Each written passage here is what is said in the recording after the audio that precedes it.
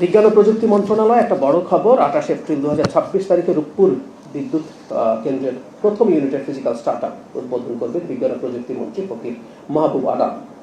Fuel loading শেষ হলে বিভিন্ন পরীক্ষা নিরীক্ষার শেষে আগস্টের তৃতীয় সপ্তাহে জাতীয় গ্রিডে 300 মেগাওয়াট বিদ্যুৎ যোগ হবে। পরবর্তীতে ধাপে ধাপে পূর্ণ সক্ষমতার 1200 মেগাওয়াট বিদ্যুৎ সঞ্চালন লাইনে যুক্ত হবে। দ্বিতীয় ইউনিটের বিদ্যুৎ 2026 সালের শেষের দিকে যুক্ত হবে। এই দুটো ইউনিট যদি চালু হয়ে যায় তাতে 10% বিদ্যুৎ চাহিদা পূরণ হবে। এতে প্রায় 2 কোটি মানুষ সুবিধা পাবেন।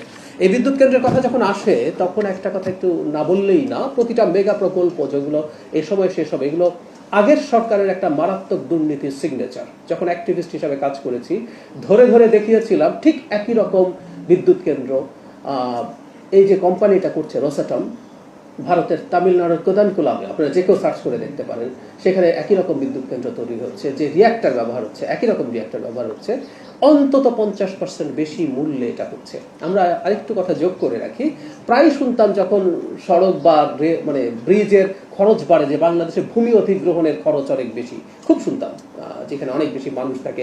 অধিগ্রহণ নিয়ে কি কি ডাকাতি হয়েছে সেটা সরিয়ে রেখে বলছি, রূপপুর পারমাণবিক বিদ্যুৎ কেন্দ্রে কোনো ভূমি অধিগ্রহণ করতে হয় নাই, কারণ পাকিস্তান আমলে এই জায়গাটা অধিগ্রহণকৃত ছিল। সুতরাং ওই যে অজুহাত, সেই অজুহাতটা এখানেও প্রযোজ্য না। তো আমরা প্রতিটা প্রকল্পের সাথে সাথে আবার এটাও মনে রাখবো, এবং আমি আপনাদেরকেও এই একই দৃষ্টি রাখতে বলবো এই সরকারের সময় এই ধরনের কোনো ঘটনা ঘটে কিনা। আপনারা নিশ্চয়ই ওয়াচডগের ভূমিকা পালন করবেন, সেটা হলে ফ্যাক্টস দিয়ে, ডেটা দিয়ে আমাদের সরকারের সময় যদি এই ধরনের কোনো খারাপ কাজ হতে যায় সেটা আপনারা জনগণের সামনে তুলে ধরবেন, আমরা সেটা পছন্দ করব।